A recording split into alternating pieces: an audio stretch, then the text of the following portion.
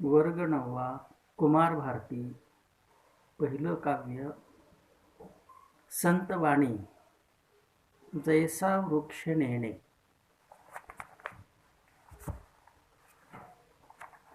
संतवाणी म्हणजेच संताची वाणी, संताचे बोल, संताचे विचार. त्यामधील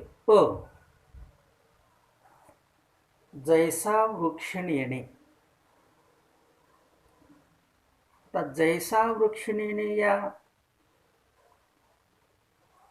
काव्याच्या शीर्षकाचा अर्थ असा की जसा वृक्ष, नेणे म्हणजे न जाणणे. जसा वृक्ष जाणत नाही. काय जाणत नाही? तर मान असो किंवा अपमान असो, दोन्हीही जाणत नाही. याचाच अर्थ मान मिळाला तरी सोडून जात नाही आणि अपमान झाला तरी दुःखी होत नाही. हा संतांच्या वर्तनातील खूप मोठा गुण आहे. जैसा वृक्ष नेणे हे काव्य आहे संत नामदेव यांचं.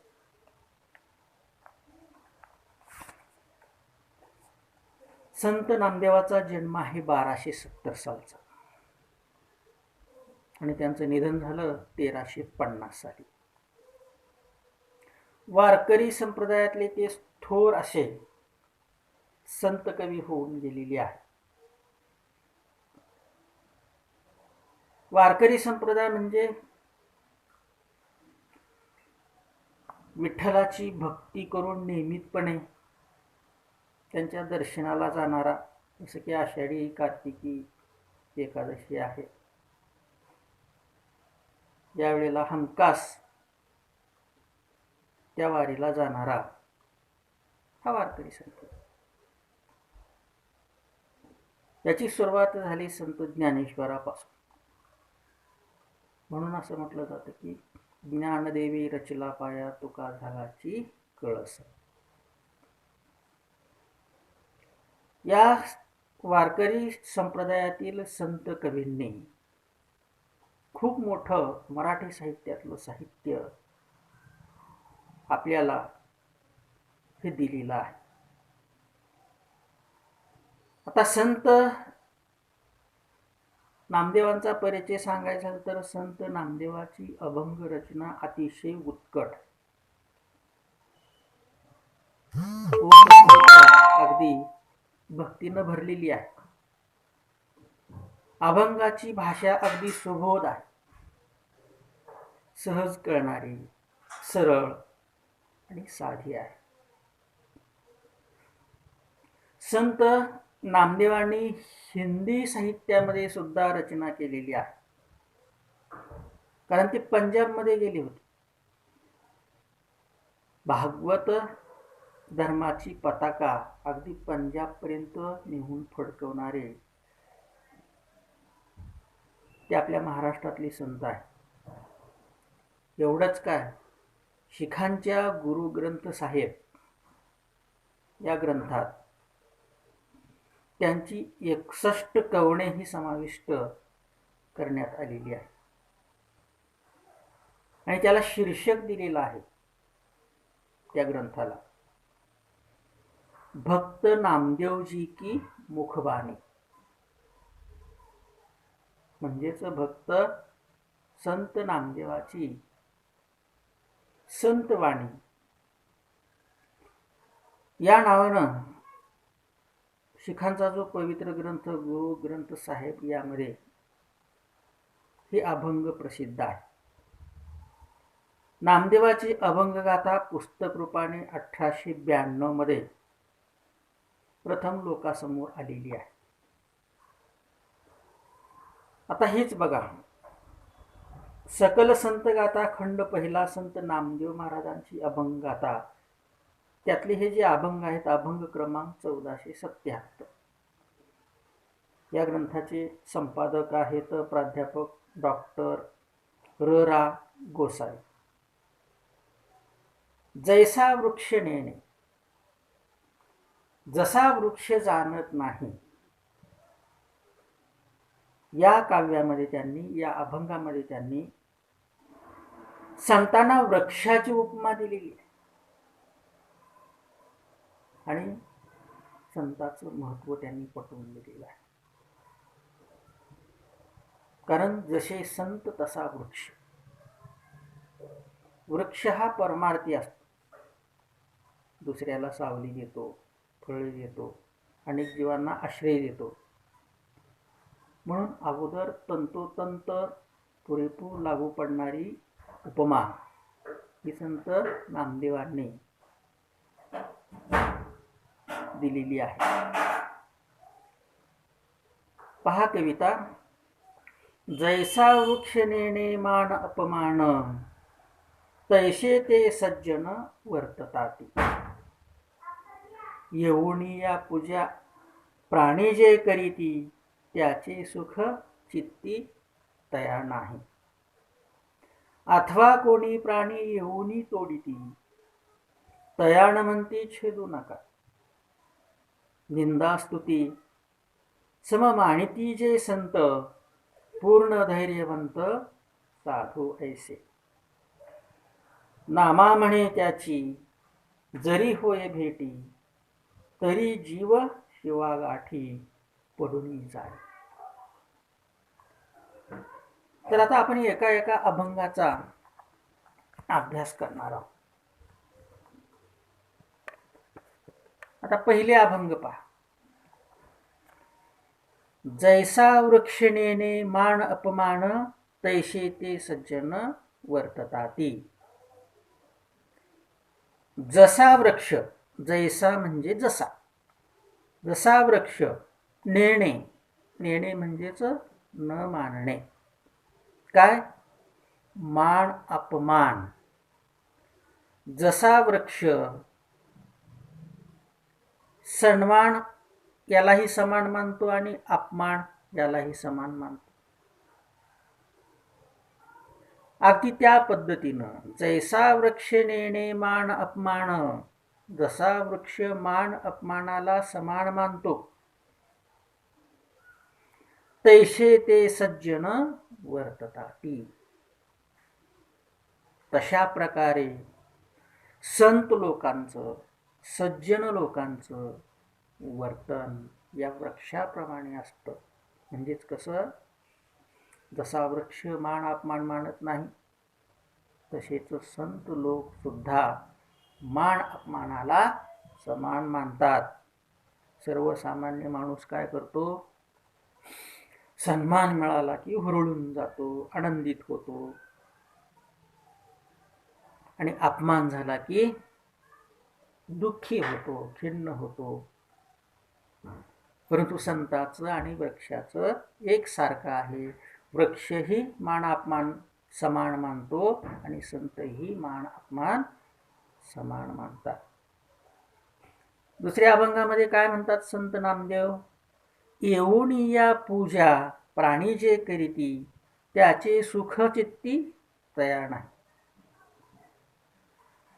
आता काही काही जण, सर्वसामान्य लोक काय करतात? कोणत्या ना कोणत्या निमित्तानं वृक्षाची पूजा करतात. म्हणून संत नामदेव काय म्हणतात? येऊन या पूजा प्राणी जे लोक येऊन वृक्षाची पूजा करतात. आता आपल्याकडेही आपल्या संस्कृतीमध्ये हिरवट असली की रोपाची पूजा करतात. त्या दिवसापुरतं त्याचं पूजन, त्याला पाणी घालणं, हळद कुंकू लावणं, नारळ फोडणं, नैवेद्य ठेवणं करतात.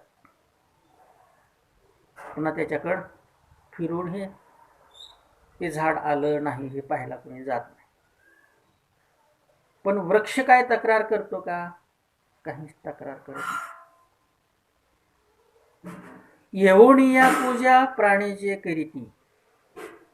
कोणी पूजा जरी केलेली असली तरी,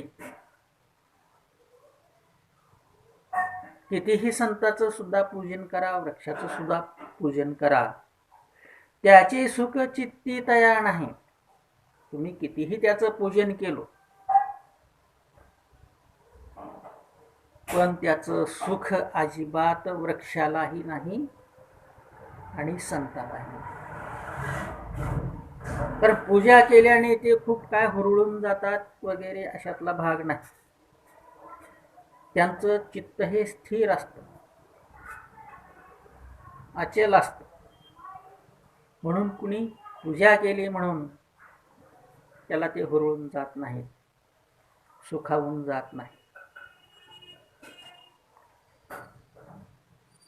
पूजा करणारा आणि पूजा न करणारा या दोघांनाही ते समान मानतात. पुढे काय म्हणतात नामदेव? अथवा कोणी प्राणी येऊनी तोडीती, तयान म्हणती छेदू नका. काही काही जण वृक्षाला जाऊन तोडतात. म्हणून कवी म्हणतो काय?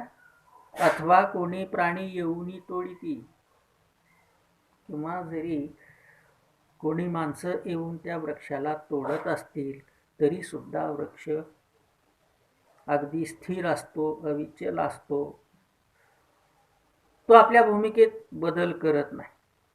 तयाण म्हणती छेदू नका. त्या प्राण्याला सुद्धा काय करतो तो? काही म्हणत नाही, त्याच्याकडेही तक्रार करत नाही की बाबा मला तोडू नका, मला नष्ट करू नका.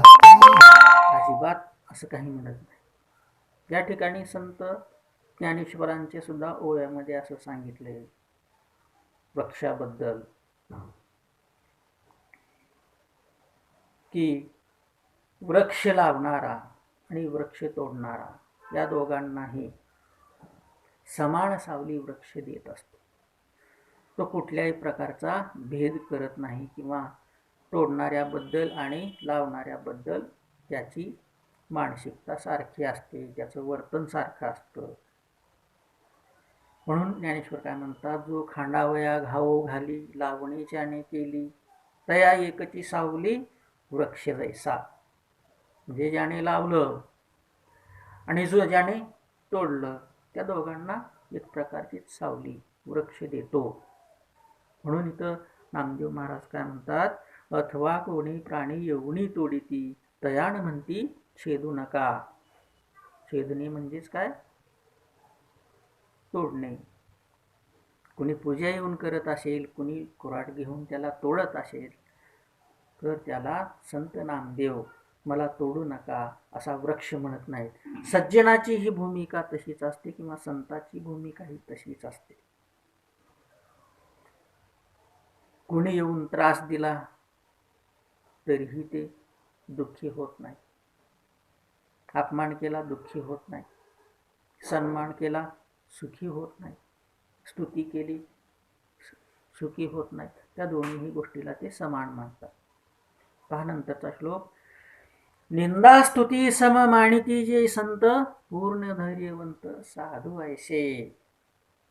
खऱ्या खुऱ्या पिंडाचे किंवा हाडाचे साधू म्हणून आपण, ते कोण असतात? निंदा आणि स्तुती जे समान मानतात. निंदेलाही समान मानतात, स्तुतीलाही समान मानतात. ते आपला धीर कधीच सोडत नाही, अतिशय धैर्यवंत असतात. म्हणून निंदा स्तुती सम मानिती जे सज्जन, पूर्ण धैर्यवंत साधू ऐसे.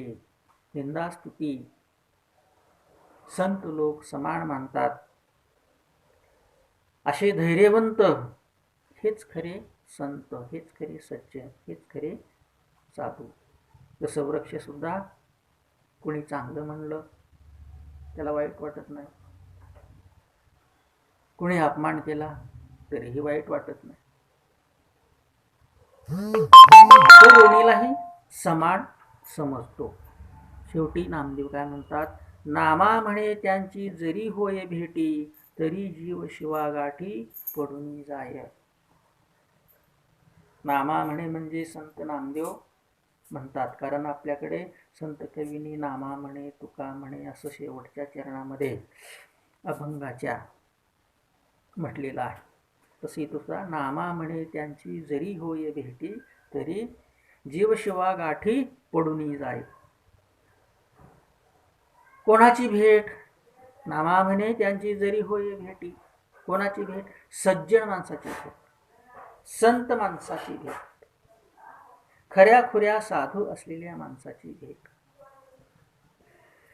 यांची जर भेट झाली तर काय घडतं? माणसाला काय प्राप्त होतं? तरी जीव शिवागाठी पडून जाय. त्यांची जर भेट झाली तर जीव शिवागाठी पडून जातो. म्हणजे परब्रह्माच्या भेटीचा परमानंद, सर्वोच्च प्रकारचा आनंद अशा संताच्या संगतीने लाभत असतो. आणि म्हणूनच संत नामदेव म्हणतात की जैसा वृक्ष नेणे मान अपमान तैसे ते सज्जन वर्ततात. जसा वृक्ष मान अपमान न मानता राहत असतो तसेच सज्जन लोक आपलं वर्तन मान अपमान न मानता हे करत असतात. तर असा संदेश या काव्यामधून संत नामदेवांनी दिलेला आहे की वृक्षाप्रमाणेच संत मान अपमान समान मानतात.